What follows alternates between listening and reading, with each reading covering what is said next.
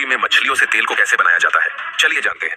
दोस्तों, fish oil को बनाने के लिए मछलियों को नदी या समुद्र से बड़े पैमाने पर पकड़ा जाता है और फिर इसके बाद इन मछलियों को मछुआरों से खरीद लिया जाता है, जिन्हें ट्रक में लोड करके फैक्ट्री में लाया जाता है। यहाँ पर इन मछलियों को अनलोड किया जाता है और इन मछलियों को अच्छे से साफ किया जाता है। फिर 90 से 95 डिग्री के तापमान पर इन मछलियों को पानी में 15 से 20 मिनट तक उबाला जाता है, जिससे इन मछलियों में से सारी गंदगी साफ हो जाए। फिर इस सॉफ्ट हो चुकी मछलियों को एक स्क्रू वाली मशीन में डाला जाता है, जो मछलियों को प्रेस करने का काम करती है, जिससे इस मछलियों में मौजूद सारा पानी अलग हो जाता है। और इस प्रक्रिया के दौरान जो बचा हुआ होता है उसे एक अलग सेक्शन में इकट्ठा कर लिया जाता है और फिर इसे कन्वेयर बेल्ट के जरिए सूखने के लिए फैक्ट्री के ड्राई आउट क्षेत्र में भेज दिया जाता है। यहाँ पर करीब 75 डिग्री के सेल्सियस पर इसे और भी ज्यादा सुखाया जाता है। इसके बाद इस चूरा को एक ग्राइंडर में भेजा जाता है, जहाँ उस चूरे को जरूरत के हिसाब से ग्राइंड कर देता है, जिसे ये चूरा बहुत ही ज्यादा गर्म हो जाता है। इसीलिए इसे कुछ देर के लिए रूम टेम्परेचर पर ठंडा किया जाता है।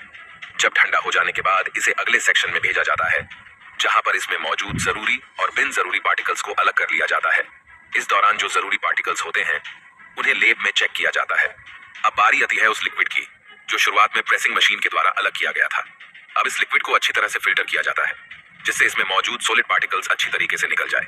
फिर इसके बाद इस लिक्विड को गर्म टैंक में और एक सेंट्रीफ्यूज टैंक में भेज दिया जाता है, जहां इस लिक्विड में से प्रोटीन, वाटर और तेल को अलग कर लिया जाता है। और अब इस प्रक्रिया के बाद जो सैलुबल हमारे पास बचता है उसमें 35 से लेकर 40% प्रोटीन होता है। इसके बाद तेल को एनकैप्सुलेशन एरिया में भेज दिया जाता है, जहां पर जेम्स से बने कैप्सूल को तैयार किया जाता है और उसे एक खास तरह के लिक्विड में नहलाया जाता है, जो सॉफ्ट जेल की बनती है।